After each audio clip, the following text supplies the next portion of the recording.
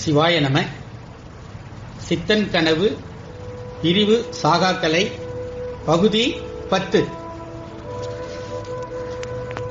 போதிசித்தர் தியானத்தின் தன்மைகளை கூறத் தொடங்கினார். அன்பர்களே, வாளை என்பது ஒரு சக்தி நிலை. இதை பயன்படுத்த மிகவும் முயற்சி செய்ய வேண்டும். தளராத நம்பிக்கையோடு தியானித்தால் நாம் அதை பெறலாம். அன்பர்களே, தியானம் என்பது ஒரு பயிற்சி. இதற்கு முடிவு நிலை என்பது இல்லை. இதை நாம் வாழ்நாள் முழுதும் செய்து கொண்டிருக்கலாம். நாம் தியானத்தின் மூலம் சில நிலைகளை அடையலாம். பிறகு மீண்டும் அதிலிருந்து கடந்து செல்ல வேண்டும். இப்படியாக நீங்கள் வாசியோகத்தை பயன்படுத்தி நமது உடலில் உள்ள நாடிகளை கட்டுப்படுத்த வேண்டும், அல்லது நாம் விரும்பும் வண்ணம் மாற்றி அமைக்க வேண்டும். சரி, இதை எப்படி செய்வது? நமது நாடிகளை நம்மால் நம் கண்களால் காண இயலாது அல்லவா?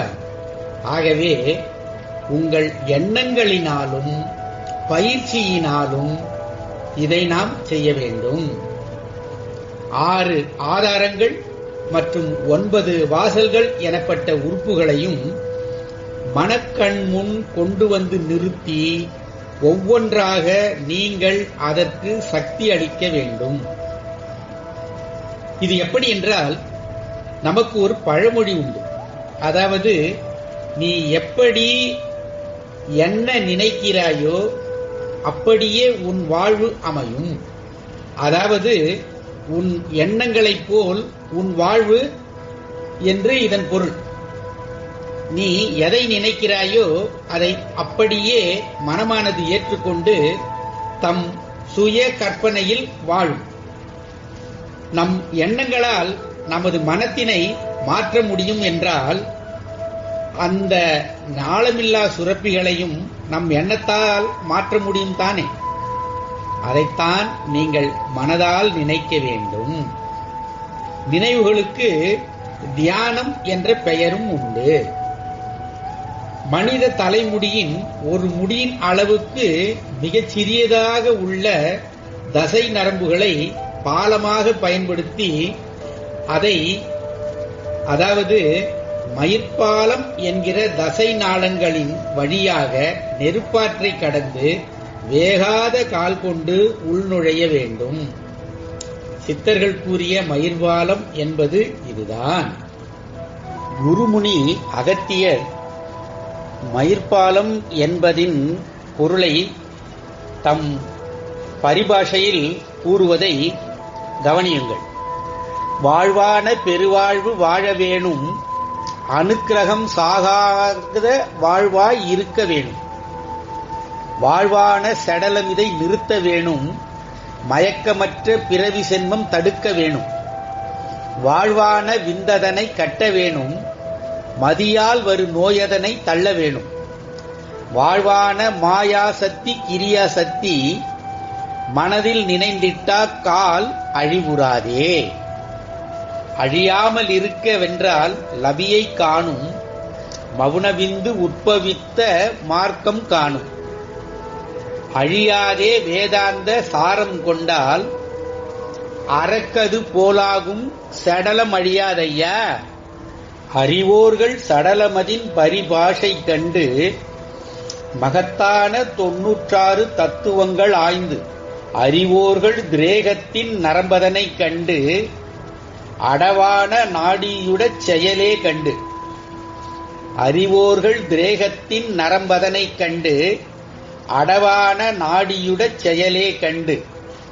அறிவோர்கள் மருந்தினிட மித்திரு சத்துரு கண்டு வாதத்துக்காம் பித்தத்துக்காம் சிலமத்துக்காம் என்றும் அறிவோர்கள் பாலமில்லா பண்டிதம் செய்வோர்க்கு பாடினோம் அகராதி பரிபாஷை பாரே என்று அகத்தியர் பாடுகிறார். மயிர்பாலம் என்பது நாடி நரம்புகளைத்தான் என்று புரிந்து கொள்ள வேண்டும். அதாவது உணர்வு நரம்புகள் என்று பொருள் கொள்ளுங்கள். சரி, நீங்கள் இதை எப்படி செயல்படுத்துவது? அன்பர்களே, நீங்கள் உங்களுக்கு வசதியானபடி அமர்ந்து கொண்டோ, நின்று கொண்டோ, அல்லது படுத்துக்கொண்டோ, அல்லது எதன் மீதாவது சாய்ந்து கொண்டோ உங்கள் உடல் மற்றும் மனம் விரும்பியபடி ஏதாவது ஒரு நிலைகளில் பயிற்சி செய்யலாம். அந்நேரங்களில் உங்கள் உணர்வு நரம்புகளை பயன்படுத்தி மூளைக்கு கட்டளை இடுதல் வேண்டும். அது என்னவென்றால், 1.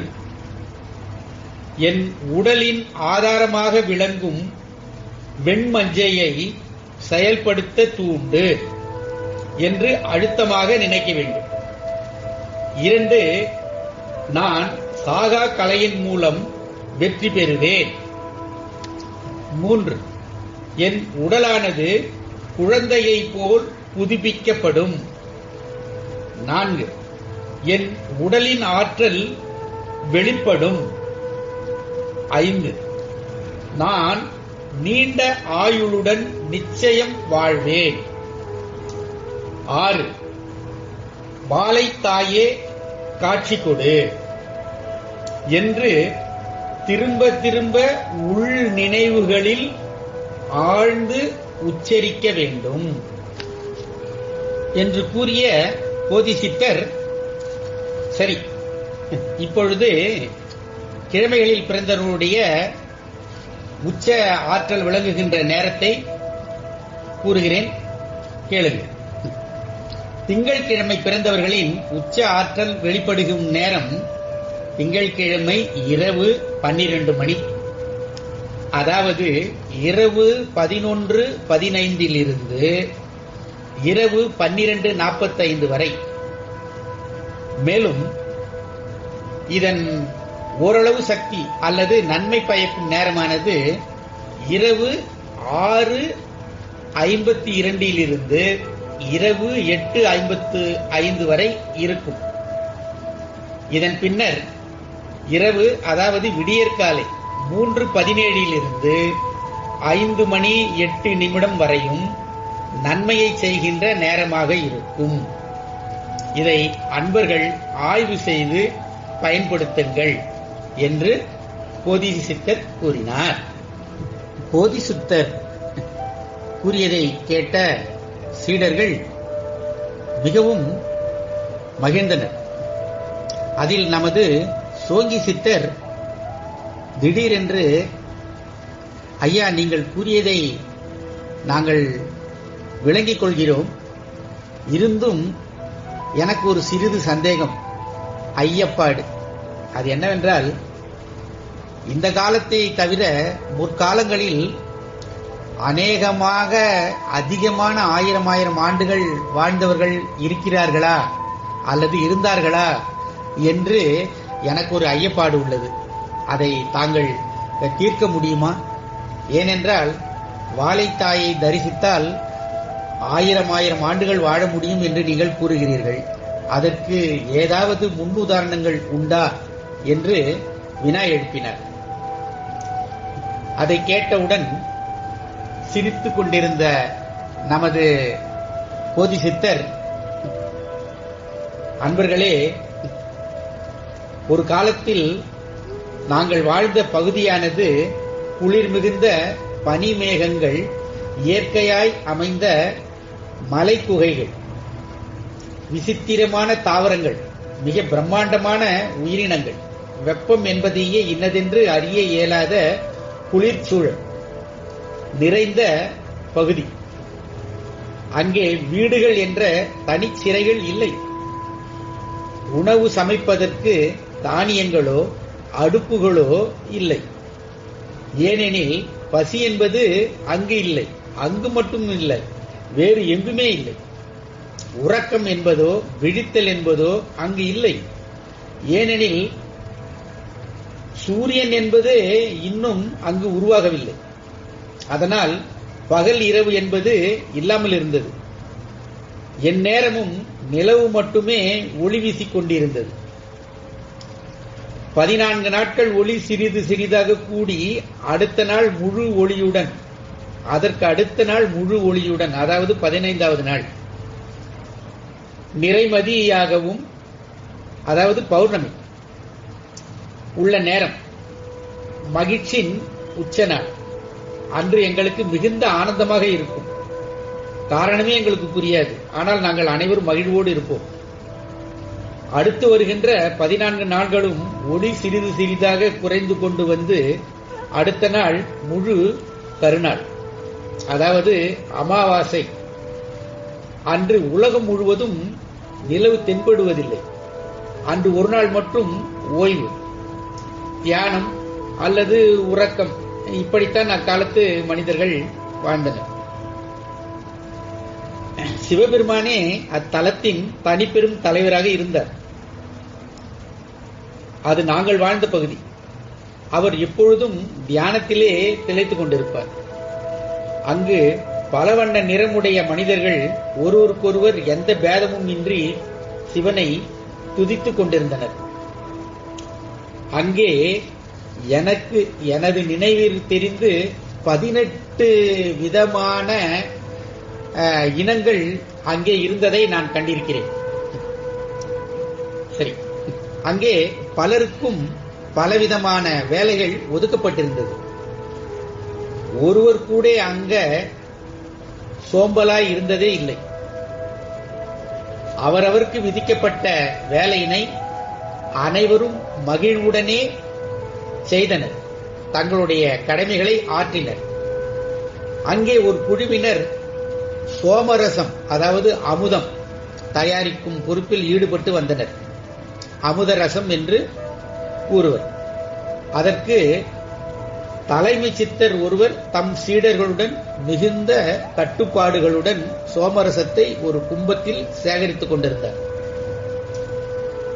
அவர்களின் எடுபிடி பணியாளர்களில் எனக்கும் ஒரு வேலை கொடுக்கப்பட்டிருந்தது.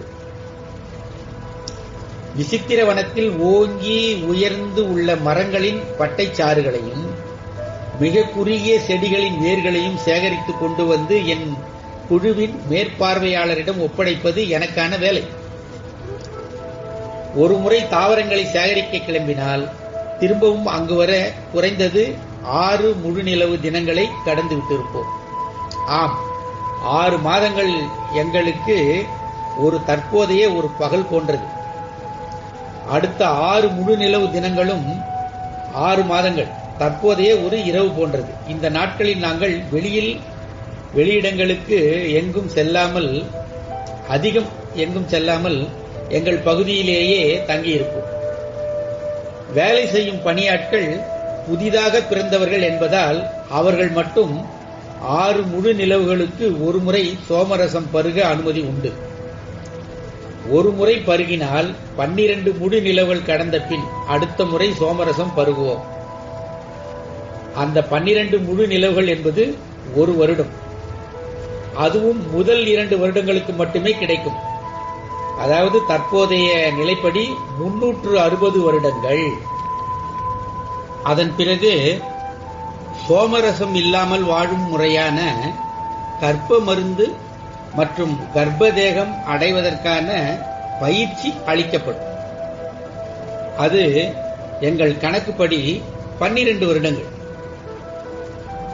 அதாவது தற்போதைய 4320 வருடங்கள். அந்த காலத்தில் ஒரு மனிதனின் குறைந்தபட்ச சராசரி வயது 60, அதாவது 21,600 வருடங்கள். அதிகபட்ச சராசரி வயது 120, அதாவது 43,200 வருடங்கள் வரை வாழ்வர். இந்த வயது வரை வாழ்பவர்கள் சித்தர்கள், முனிவர்கள் என அழைக்கப்பட்டனர். இவர்களில் தலைமை சித்தர் என தனித்தனி குழுக்கள் தலைமையில் இருந்தது உண்டு. இவர்களுக்கு பல பல பாரம்பரியங்கள் உண்டு. ஒரு சித்தரின் தலைமையில் 60 120 பேர் வரை உண்டு. 60 தலைமை சித்தர்களுக்கு ஒரு தலைமை சித்தர் உண்டு. அவருக்கு பெருஞ்சித்தன் என்று பெயர். குருமுனி என்றும் அழைக்கப்பட்டனர். இவர்களின் வாழ்நாள் கணக்கில் அடங்காதது. பெருஞ்சித்தர்கள் 18 பேர் உண்டு. இவர்களுக்கு முன்பாக நவநாதர்கள் என 9 பேர் இருந்தார்கள். இவர்களுக்கும் முன்பாக 4 பேர் உண்டு. இந்நால்வருக்கும் ஒரு தலைவர் உண்டு. இவருக்கு சிவம் என்றொரு பெயர் இருந்தது. அது சக்தி என்றும் அழைக்கப்பட்டது. அது அறிவு வடிவமாக கருமையும் செம்மையும் கலந்து அனைத்தையும் தமக்குள் ஈர்த்து கொண்டிருப்பதாக இருந்தது. சில வேளைகளில் அது மிகவும் பிரகாசமான ஒளியுடன் ஜொலித்துக் கொண்டிருப்பதாகவும் கேள்விப்பட்டிருக்கிறேன். சிவவாக்கியர் கூட கருமை செம்மை கலந்து நின்ற காரணம் என்று கூட பாடுவதை கூட இதைத்தானோ இருக்கலாம். தலைமை சித்தர்கள் பெரும்பாலும் ஆண் மற்றும் பெண் தன்மையுடனே கலந்தே இருந்தனர். ஆதி காலத்தில் ஆண் பெண் என்ற வேறுபாடு தோன்றியிருக்கவில்லை. ஆனந்தம் என்ற ஒன்றை தவிர, அதாவது மகிழ்ச்சியை தவிர வேறு நிலைகளோ அல்லது கவலை, பொய் கூறுதல், பகையுணர்வு, பொறாமை, ஒருவருக்கொருவர் கொலை புரிவது போன்ற கீழான செயல்பாடுகள் அக்காலத்திலே இல்லாது இருந்தது. வரலாறுகள் எழுதத் தொடங்கிய காலகட்டங்களில் முதன்மையாக இருந்தது சக்தி யுகம், அதாவது சத்திய யுகம் என்றும் அழைக்கலாம். இதில் அனைவரும் பெண்பாளர்களாகவே இருந்தனர். ஆண் என்கிற மனித இனம் ஆரம்பத்தில் இல்லாதிருந்தது. உங்களுக்கு ஆச்சரியமாக இருக்கலாம், ஆனாலும் உண்மை அப்படித்தான். அவர்கள் தங்களிடத்தில் இருந்தே மற்றவர்களை வெளிப்படுத்தினார்கள்.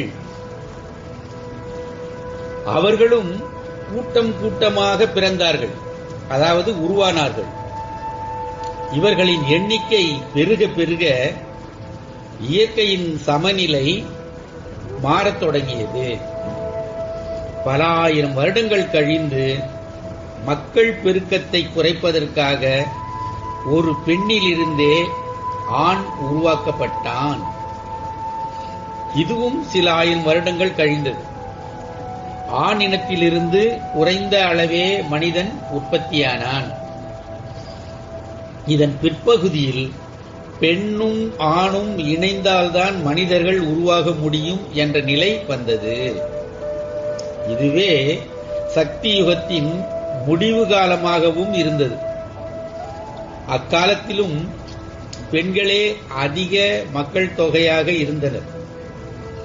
பெண்கள் 190%, ஆண்கள் 110% மட்டுமே இருந்தார்கள்.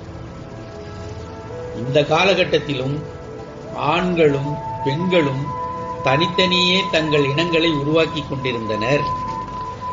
இந்த காலகட்டத்தில் உலகமானது சுருங்கிக் கொண்டிருந்த காரணத்தால் உணவு மற்றும் சில சீதோஷ்ண நிலைகளினுடைய காரணங்களால் பல ஆயிரம் வருடங்கள் கடந்த பின்பு ஆண்கள் பெண்களை எதிர்த்து போரிட்டனர். ஆரம்ப காலங்களில் தோல்வியடைந்த ஆணினம் பிற்காலங்களில் வெற்றி பெறத் தொடங்கினர். அதற்கு இயற்கையே அவர்களுக்கு உதவியும் புரிந்தது. ஏன், சில பெண்ணினமே ஆண் இனத்திற்கு உதவி செய்து தமக்கு விரும்பாத அல்லது தேவையற்ற பெண்ணினத்தை அழித்தது. இப்படியாக பெண்ணினங்களும் ஆணினங்களும் தம்மிடையே போர் செய்த காலத்தில் ஒவ்வொரு கூட்டத்திற்கும் ஒரு தலைவி அல்லது ஒரு தலைவன் என்கிற நிலையில் பெண் தெய்வங்கள் மற்றும் ஆண் தெய்வங்கள் உருவாகத் தொடங்கின. தெய்வம் என்றால் தொன்மையாக இருந்து வருவது என்று பொருள். மேலும் வெப்ப சக்தியான நெருப்பை ஆயுதமாக பயன்படுத்தும் வல்லமை உள்ளதால் தேயு, தேவ், தெய்வ், தெய்வம் என்று படிப்படியாக பெயர்கள் பரிமாற்றம் அடைந்து தெய்வம் என்று அழைக்கப்படலாயிற்று. அதாவது தேயு என்றால் நெருப்பு என்று பொருள். இதை நினைவில் கொள்ள வேண்டும். பெண் தெய்வங்களின் தலைவியாக காளி என்ற தெய்வமும் ஆண் தெய்வங்களின் தலைவனாக சிவன் என்கிற ஆண் வடிவும் இருந்தது. இவர்கள் இருவருமே பரம் சிவம், இயற்கை என்னும் பிரம்மாண்டத்தின் இருவேறு நிலைகள். இதற்கு முன் ஆண் பெண் இதனுடைய தன்மைகள் இரண்டும் கலந்த தன்மையுள்ள பறை என்பது இருந்தது. பறையிலிருந்து பரமி மற்றும் பரசிவம் இரண்டும் செயல்பட்டது. பரத்திற்கோ சிவத்திற்கோ ஆண் அல்லது பெண் என்ற தனித்துவமான அடையாளங்கள் இல்லை. பல ஆயிரம் வருடங்கள் கழிந்த பின்பு பெண்ணினத்தின் காளி தேவியும் ஆணினத்திற்காக சிவனும் ஒருவரோடு ஒருவர் போரிட்டனர். பல காலங்களுக்கு பிறகு இவர்களுடைய இனக்குழுக்களுக்குள் இணக்கம் ஏற்பட்டு அமைதியான சூழல் ஏற்படத் தொடங்கியது. அதன் பிறகு பல பிரிவுகள் உண்டாகத் தொடங்கின. பலரும் பூமியின் பல பகுதிகளில் பரவி வாழ்ந்தனர். இறைவனுக்கும் அவர்களுக்குமான தொடர்புகள் குறைந்து கொண்டே வந்தது. பல பல புதிய பிரிவுகளும் தோன்றிக் கொண்டே இருந்தன. இவை அனைத்தும் தங்களுக்குள் போரிட்டுக் கொண்டு ஒவ்வொரு திசையாக பிரிந்தனர். ஒரு சாரார் சந்திரனை, நிலவை தம் வாழ்வியல் நிகழ்வின் அடையாளமாகவும், ஒரு சாரார் சுக்கிரனை தம் வாழ்வின் அடையாளமாகவும், ஒரு பிரிவினர் குருவை தம் வாழ்வின் அடையாளமாகவும், பிற்காலத்தில் சூரியன் உருவாகி சுருங்கத் தொடங்கிய பின்பு பகலிரவு என்ற காலகட்டம் உருவான பின்பு சூரியனை தம் வாழ்வின் நிகழ்வுகளின் அடையாளமாக கொண்டும் பிரிந்தனர். மங்களன் எனும் செவ்வாய்க்கு ஒரு பிரிவும், புதன் என்கிற நடுநிலை பிரிவும், குளிர்ந்த சூழல் நிலவும் பனிக்கட்டிகள் சூழ்ந்த பகுதிகளில் சனியின் பிரிவும் உண்டாயிற்று. சூரிய வெப்பத்தினால் பனிக்கட்டிகள் உருகி விடுவதினால் சனிப்பிரிவு மக்கள் சூரிய பிரிவு மக்களை மிக கடுமையாக எதிர்த்தனர். சித்தன் கனவு சாகாக்கலை தொடரும்.